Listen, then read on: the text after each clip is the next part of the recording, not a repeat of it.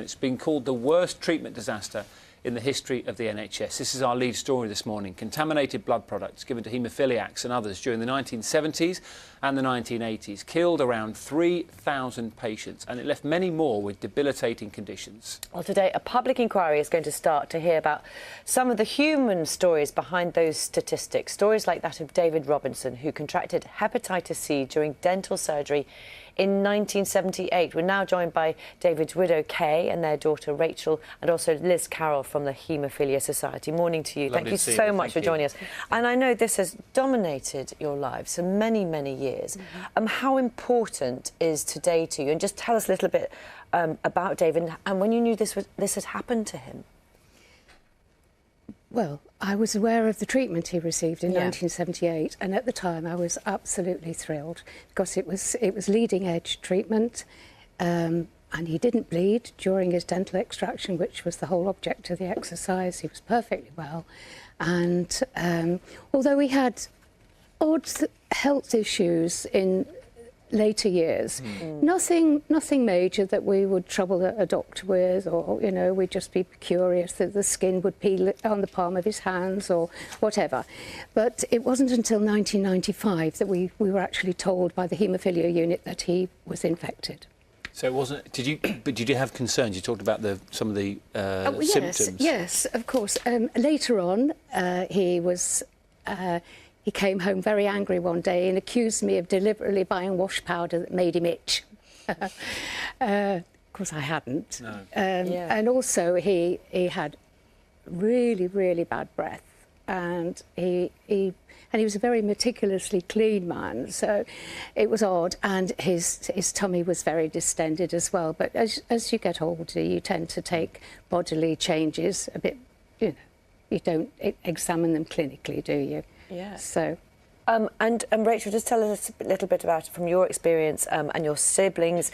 You know, so many years before you found out what was going wrong, but how did his illness affect you?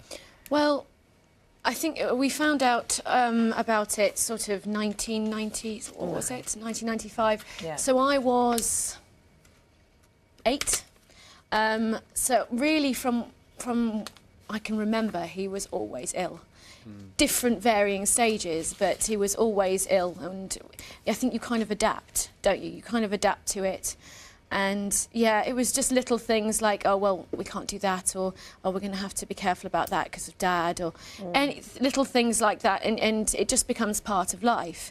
I mean, I remember, I have a memory, when did he have his liver transplant? 96. 96, so I remember sitting on my dad's sort of wheelie hospital bed, wheeling him down for his transplant, as if it was everyday Wednesday, you know, right, because it was just so, it was just so normal to us. Yeah.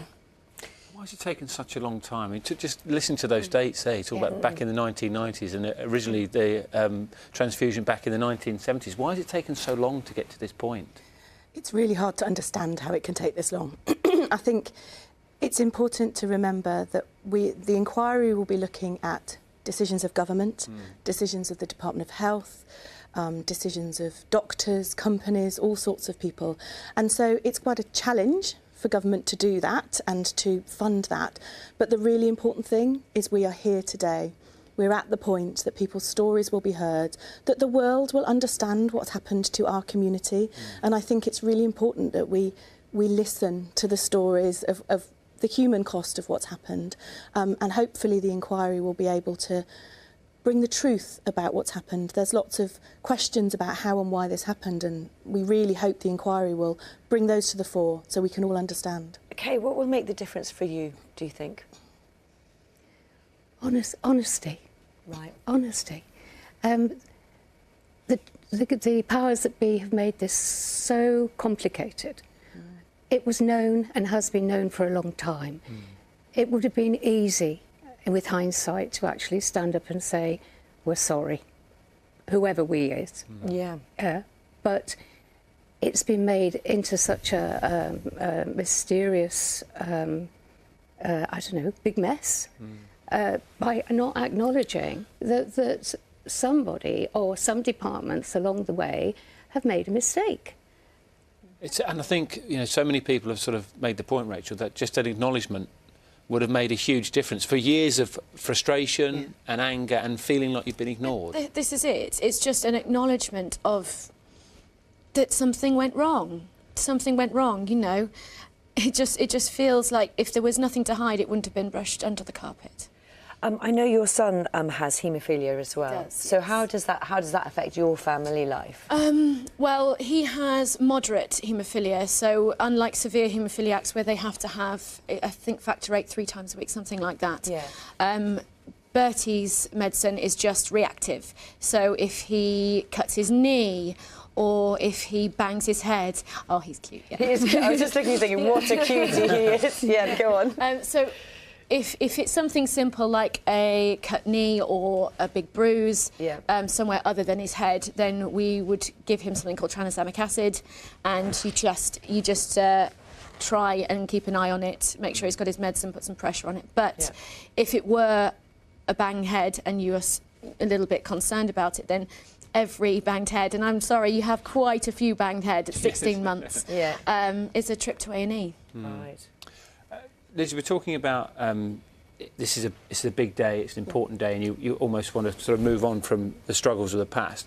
The extra funding being announced by the government, are you looking at that positively as well? Is that good news, or is it a little too late? I think it's mixed news. Obviously, for people who are in dire financial situations, that many of our communities still are, it's a step forward. But actually, it doesn't go far enough. There were a group of 11 campaigning groups that met with the government about what this community needed. They needed to stop having means testing. They needed parents of children who've died or children whose parents have died to be able to access money as well. And this doesn't go far enough, but it will help those who are worried about losing their homes in the next couple of months. OK, I'm Liz Carroll. Thank you very much for joining us from the Haemophilia Society. Rachael and Kay, thank you very much. And I know, this has been a long campaign for so many families, so thank you very much for coming to talk to us about it. Really appreciate you sharing your story with us today. Thank you.